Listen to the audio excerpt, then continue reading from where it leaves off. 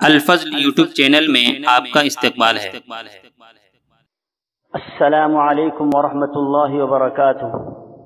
میرے دینی و ایمانی بھائیوں، سورہ آل عمران آیت نمبر 120 پیش خدمت ہے۔ اعوذ باللہ من الشیطان الرجیم۔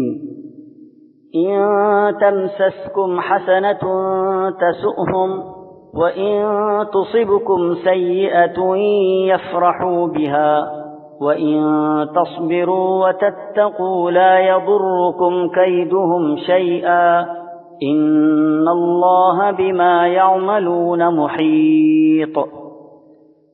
تمہیں اگر بھلائی ملے تو یہ ناخوش ہوتے ہیں، ہاں اگر برائی پہنچے تو خوش ہوتے ہیں۔ تم اگر صبر کرو اور پرہیزگاری کرو تو ان کا مکر تمہیں کچھ نقصان نہ دے گا۔ اللہ تعالیٰ ان کے اعمال کا احاطہ کر رکھا ہے۔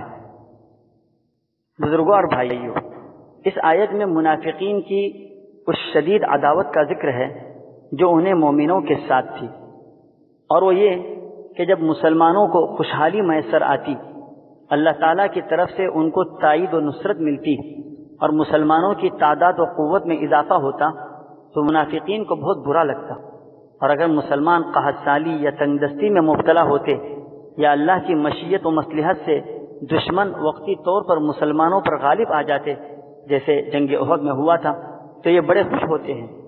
مقصد بتلانے سے یہ ہے کہ جن لوگوں کا یہ حال ہو، کیا وہ اس لائق ہو سکتے ہیں کہ مسلمان ان سے محبت بڑھائیں اور انہیں اپنا رازدار اور دوست بنائیں؟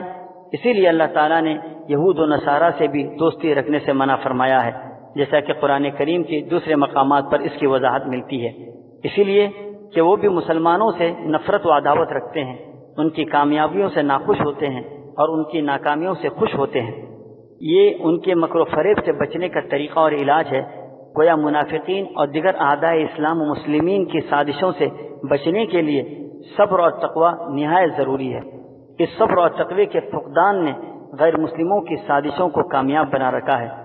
لوگ سمجھتے ہیں کہ کافروں کی یہ کامیابی مادی اسباب و وسائل کی فراوانی اور سائنس و ٹیکنالوجی میں ان کی ترقی کا نتیجہ ہے، حالانکہ واقعہ یہ ہے کہ مسلمانوں کی پستی و زوال کا اصل سبب یہی ہے کہ وہ اپنے دین پر استقامت جو صبر کا تقاضا رکھتی ہے اس سے محروم اور تقوی سے عاری ہو گئے ہیں، جو مسلمان کی کامیابی کی کلید اور تائید الہی کے حصول کا ذریعہ ہو سکتی ہے۔